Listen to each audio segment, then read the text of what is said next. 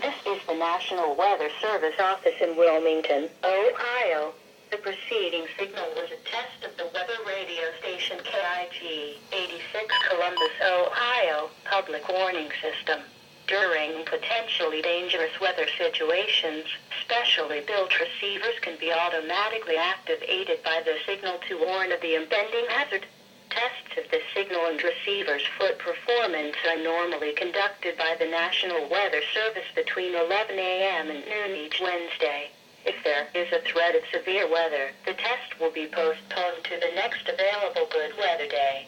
Reception of this broadcast, and especially the warning alarm tone, will vary at any given location.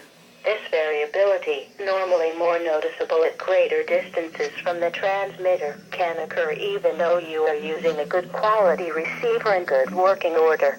The warning alarm tone will be activated for hazardous watches and warnings for the following counties: Champaign, Clark, Delaware, Fairfield, Fayette, Franklin, Greene, Hocking, Knox, Licking, Madison, Marion, Morrow, Muskingum, Perry, Pickaway, Pike and Union.